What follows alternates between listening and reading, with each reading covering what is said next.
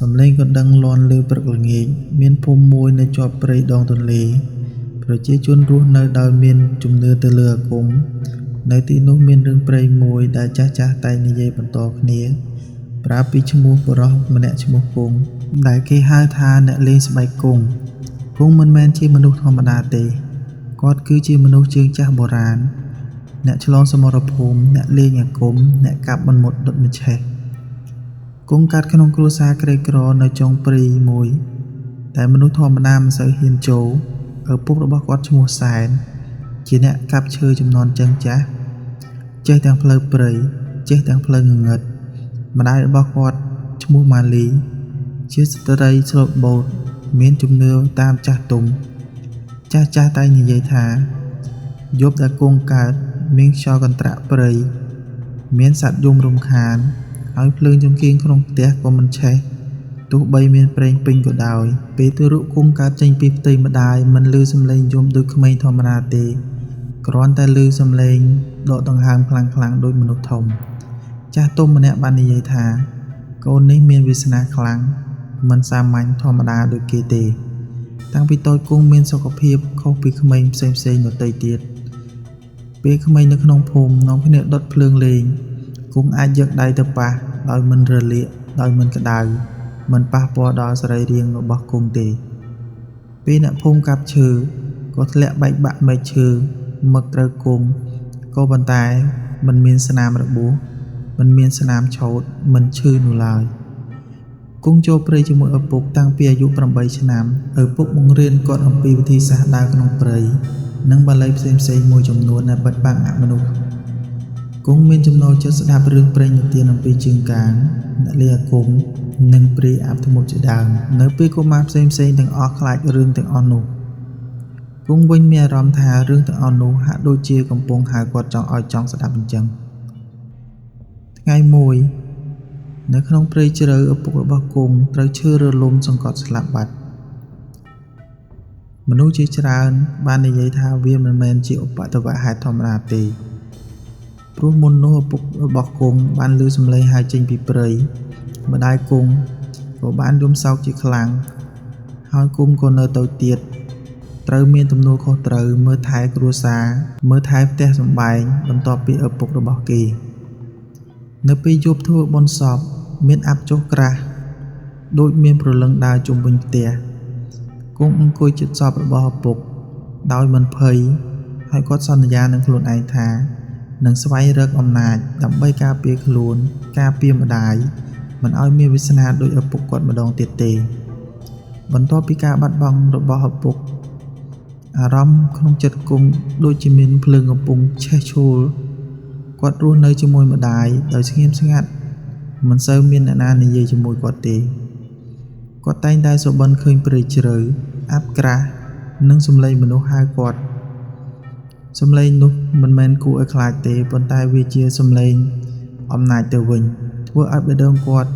កាន់តែរឹងមាំជាងមុនយប់មួយក្រោយបុណ្យសពឪពុកបាន7ថ្ងៃគង់សុបិនឃើញបុរសចាស់ម្នាក់ពាក់ស្បង់ពណ៌ដីអង្គុយក្រោមដើមពូធំមួយបុរសនោះបាននិយាយថាបើចង់បានអំណាចចូលដើរតាមផ្លូវដែលគ្មានស្នាមជើងពេលភ្ញាក់ឡើងគង់មានអារម្មណ៍ថាវាមិនមែនជាសុបិនធម្មតាទេនៅព្រឹកស្អែកគង់លានឹងម្ដាយដោយប្រាប់ថានឹងចូលព្រៃរកការងារធ្វើម្ដាយគាត់មានចិត្តព្រួយប៉ុន្តែដឹងថាវាសនាកូនមិនអាចចាប់ទុកនៅក្នុងផ្ទះបានទេនាងក៏យកខ្សែកព្រះមកពាក់ឲ្យកូនហើយប្រាប់ថាទៅកុំភ្លេចព្រះធម៌នៅក្នុងខ្លួនផងគង់ដើរតាមព្រៃជ្រៅអស់រយៈពេល3យប់3ថ្ងៃមិនជួបមនុស្សមិនជួបអ្នកភូមិសូម្បីតែម្នាក់ឡើយថ្ងៃទី4គាត់បានរកឃើញវត្តចាស់មួយលាក់ខ្លួននៅក្រោមដើមឈើធំគេហៅវត្តនោះថាវត្តព្រៃលាក់វត្តនោះមានសំឡេងស្ងៀមស្ងាត់គ្មានសំឡេងរំខានតែមានអារម្មណ៍ថាមានអ្នកកំពុងអង្គុយឃ្លាំមើលនៅក្រោមដើមពូគង់បានជួបព្រះសង្ឃមួយអង្គព្រះអង្គមើលគង់យូរហើយនិយាយថាអ្នកមកដល់ហើយគ គង់ភ្ញាក់ផ្អើលព្រោះគាត់មិនទាន់បាននិយាយអ្វីទាំងអស់គង់គោរពថ្វាយបង្គំព្រះអង្គនិងសូមសិក្សារៀនសូត្រពីព្រះអង្គនៅមុនវិជាផ្សេងព្រះអង្គបានប្រាប់ថាអាគមមិនមែនជារឿងលេងសើចទេអ្នកដែលចង់រៀនត្រូវទទួលបុណ្យនិងបាបដែលខ្លួនបានធ្វើបើចិត្តមិនរឹងមាំវានឹងបំផ្លាញខ្លួនឯងជាមុនការសាកល្បងដំបូងគឺជាការអត់ធ្មត់គង់ត្រូវស្នាក់នៅវត្តដោយញ៉ាំបាយតែ3ម៉ាត់ក្នុងមួយថ្ងៃនិងផឹកទឹកអំពីបំពង់ឫស្សីសមាធិក្នុងព្រៃនិងនៅស្ងៀមរយៈពេល7យប់7ថ្ងៃក្នុងពេលនោះគាត់បានឮសំឡេងមានមនុស្សហៅគាត់ជាច្រើនប៉ុន្តែគាត់មិនបានឆ្លើយតបទេការសាកល្បងលើកទី2គឺជាការលះបង់គង់ត្រូវចូលព្រៃតែម្នាក់ឯងមួយយប់ពេញដោយគ្មានភ្លើងគ្មានអាវុធគ្មានអ្វីទាំងអស់យប់នោះពោពេញដោយសំឡេងព្រាយអារក្សគង់អង្គុយសមាធិមិនរត់មិនខ្លាចមិនភ័យនោះឡើយការសាកល្បងទី3គឺជាការស្បត់នៅស្បត់មុខព្រះអង្គនិងយ័ន្តបុរាណគង់ស្បត់ថានឹងមិនប្រើអាគមដើម្បីធ្វើអំពើអាក្រក់និងធ្វើបាបអ្នកស្លូតត្រង់មិនប្រើអំណាចដើម្បីប្រយោជន៍ណាមួយឡើយបើបំពេញសូមឲ្យសាច់ស្បែកនឹងប្រែក្លាយទៅជាមនុស្សធម្មតាវិញពីថ្ងៃនោះទៅគង់នឹងក្លាយជាសិស្សនៅវត្តព្រៃលក្ខណ៍ចាប់ផ្ដើមសិក្សាព្រះធម៌អាគមបន្តិចម្ដងដោយដឹងថាផ្លូវនេះគ្មានការត្រឡប់ក្រោយទេពេលវេលានៅក្នុងវត្តព្រៃលក្ខណ៍កន្លងផុតទៅដូចជាទឹកជ្រោះហូរមិនឈប់គង់សិក្សាព្រះធម៌ពេលថ្ងៃនិងរៀនមន្តអាគមនៅពេលយប់នៅពេលរាត្រីគាត់ត្រូវអង្គុយសមាធិនៅក្រោមដើមឈើព្រះអង្គបានបង្រៀនថាអាគមស្ថិតនៅលើចិត្តមិនមែនស្ថិតនៅលើស្បែកទេប៉ុន្តែស្បែកគ្រាន់តែជាផ្លូវមួយឆ្លងកាត់នៃអំណាចតែប៉ុណ្ណោះឆ្នាំទី1គង់រៀនបានអក្សរបាលីនិងយ័ន្តបុរាណគាត់ត្រូវចម្លងយ័ន្តនៅលើស្លឹកត្នោតដោយដៃឆ្នាំទី2គាត់រៀនមន្តការពារនិងមន្តបិទស្បែកនិងមហាហាមអាវុធឆ្នាំទី3គាត់ត្រូវបានសាក់លបងនៅខ្លួនឯងដោយចូលព្រៃជ្រៅស្វែងរកសម្រាប់ធ្វើពិធីធំពេលគង់មានអាយុ23ឆ្នាំព្រះអង្គប្រាប់ថាដល់ពេលចេញសាក់លបងហើយវាជាពិធីលេងស្បែកដែលគ្រូមិនសូវធ្វើឲ្យសិស្សគ្រប់រូបនោះទេពិធីនេះត្រូវបានធ្វើនៅយប់ក្រោមពន្លឺព្រះច័ន្ទយប់នោះព្រះសង្ឃគូរយ័ន្តធំមួយនៅលើដីប្រើឈាមមាន់ខ្មៅនិងទឹកមន្តពិសេសគង់អង្គុយកណ្ដាលយ័ន្តដោះអាវដោយចិត្តស្ងៀមស្ងាត់ព្រះអង្គសាក់អក្សរបាលីនៅលើស្បែកគង់ម្ដងមួយដោយប្រើមន្តវិជ្ជាដែលត្រូវសូត្រនិងមិនសូវឮច្បាស់ប៉ុន្មានទេឈាមក៏ស្រក់ហូរប៉ុន្តែគង់នៅមិនស្រែកអង្គុយតាំងចិត្តខំមាត់ទ្រាំសង្កត់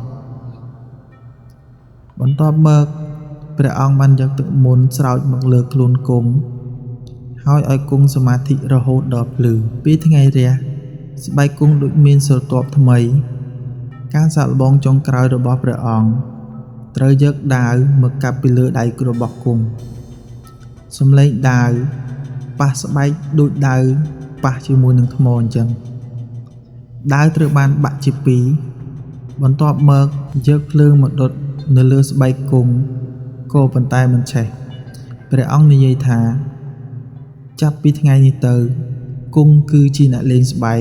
កាប់មិនមុតដុតមិនឆេះតែគង់ត្រូវចងចាំថាអាគមនេះមានអាយុកាលតាមចិត្តរបស់អ្នកបើចិត្តខ្មៅស្បែកនោះនឹងសុទ្ធខ្សោយប្រែទៅជាស្បែកធម្មតាដូចមនុស្សធម្មតាវិញក្រោយធ្វើពិធីនេះចប់គង់ក៏បានស្នាក់នៅវត្តមួយរយៈទៀតមួយរយៈក្រោយគាត់ចាប់ផ្ដើមចេញជួយអ្នកជំងឺការពារអ្នកភូមិ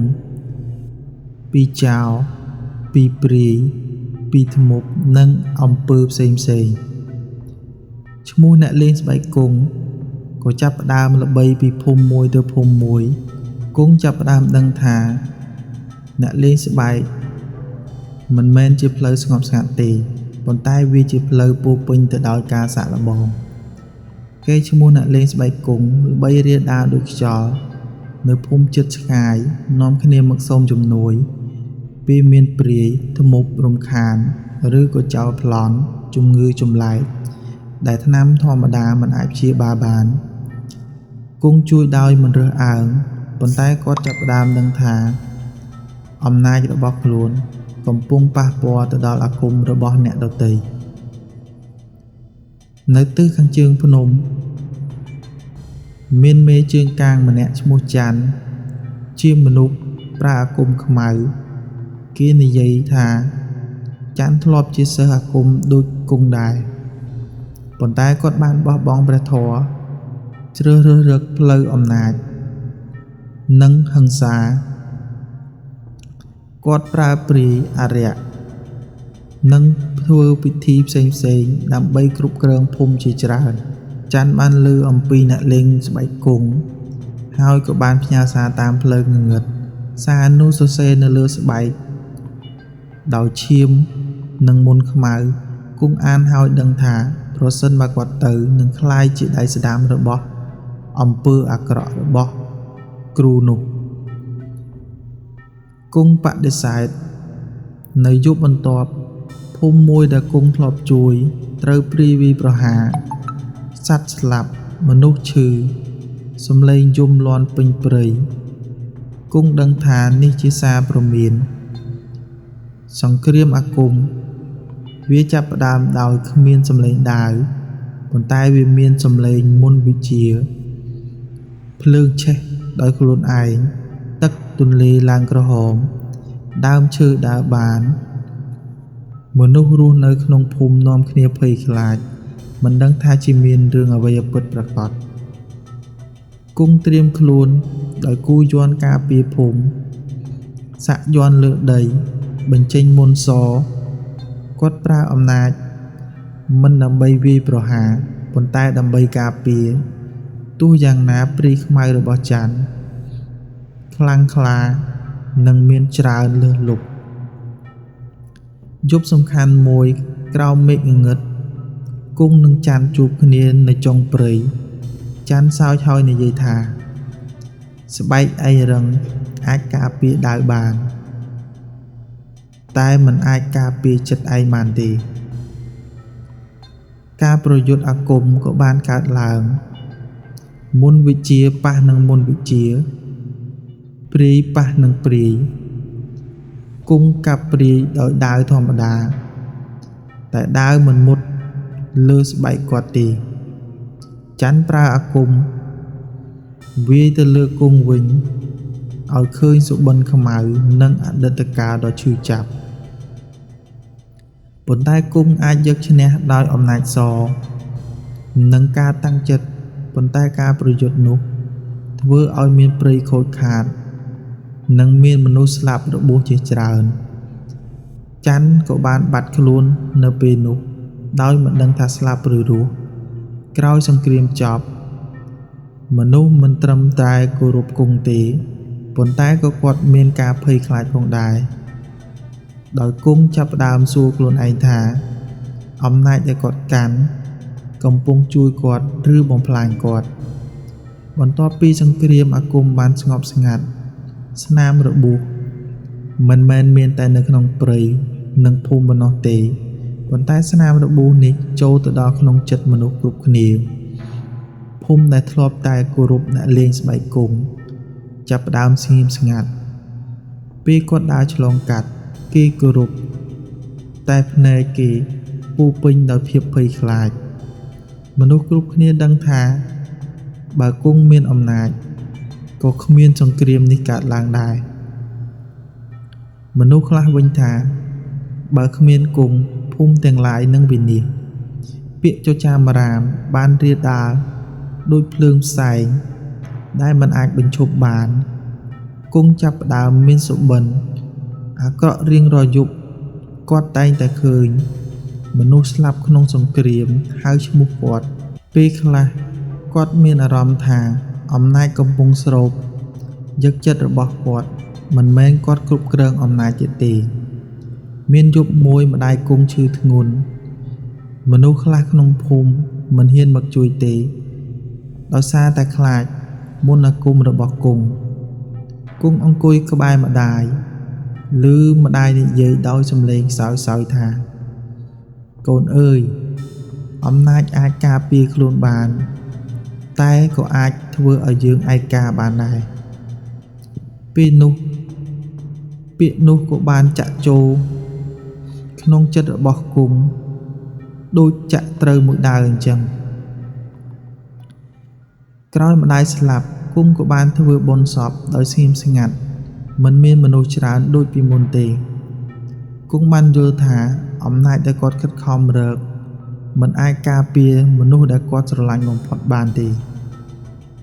គាត់ក៏ត្រឡប់ទៅវត្តព្រៃលក្ខដើម្បីសូមជួបព្រះអង្គគ្រូវិញព្រះអង្គគ្រូស្ដាប់គង់និយាយហើយក៏ស្ងៀមស្ងាត់ដោយនិយាយថាអំណាចមិនមែនជាអំពើបាបទេតែជាការចងចិត្តជាមួយវាទេទើបជាអំពើបាបគង់សុំលះបង់អាគមព្រះអង្គបានប្រាប់ថាអាគមដែលចាក់ចូលស្បែកមិនអាចលះបង់ដោយវិធីទេមានតែការលះបង់ចិត្តនិងការដើរចេញពីផ្លូវអំណាចគង់បានសម្រេចចិត្តចាក់ចេញពីភូមិនិងវត្តមិនទទួលសំណើមិនជួយដោយអាគមទៀតទេគាត់ដើរចូលព្រៃជ្រៅដើម្បីស្វែងរកសន្តិភាពផ្លូវចិត្តតែព្រៃមិនអនុញ្ញាតឲ្យអ្នកលេងស្បែកម្នាក់នេះបោះបង់អតីតកាលងាយៗទេសំឡេងព្រាយសំឡេងមនុស្សស្លាប់នៅតែងតែហៅគាត់គ្រប់ពេលបន្ទាប់ពីគង់ចាក់ចេញពីភូមិនិងវត្តព្រៃលក្ខពិភពលោកហាក់ដូចជាស្ងៀមស្ងាត់ជាងមុនមនុស្សមិនឃើញអ្នកលេងស្បែកគង់ដើរឆ្លងកាត់ភូមិទៀតឡើយតែភាពស្ងៀមស្ងាត់នោះមិនមែនជាសន្តិភាពទេវាជាការរងចាំដ៏អ៊ូអរដែលមិនមានសំឡេងគង់ដើរចូលព្រៃជ្រៅដែលមិនមានផ្លូវមិនមានស្នាមជើងគាត់រស់ដោយសមាធិនិងការងារតូចៗដាំបន្លែចិញ្ចឹមខ្លួនបែបសាមញ្ញនៅក្នុងព្រៃមានយប់ខ្លះភ្លៀងធ្លាក់ដោយគ្មានពពកមេឃភ្លឺដោយគ្មានផ្កាយគង់ឃើញស្រមោលអ្នកលេងឈ្មោះចានឈើនៅពីចម្ងាយតែមិនបានវាយប្រហារមិននិយាយគ្រាន់តែសម្លឹងមើលគាត់ដឹងថាអតីតកាលមិនអាចកាត់ចោលបានដូចយកដាវទៅកាត់ដើមឈើដាច់នោះទេច្រើនឆ្នាំកន្លងផុតទៅមនុស្សក្នុងភូមិនិយាយថាបានឃើញបុរសស្បែកគង់ដើរជួយអ្នកវង្វេងក្នុងព្រៃពេលដែលមានគ្រោះខ្លះវិញនិយាយថាគង់ជាមនុស្សដែលមិនស្លាប់មិនឈឺមិនចាស់មនុស្សខ្លះទៀតថាគាត់បានបាត់ទៅជាមួយអ្នកលេងឈ្មោះច័ន្ទដើម្បីបញ្ចប់សង្គ្រាមអាគមជារៀងរហូតនៅយប់មួយមានក្មេងប្រុសម្នាក់បានបាត់ខ្លួនមនុស្សក្នុងភូមិក៏នាំគ្នាចូលស្វែងរកក្នុងព្រៃ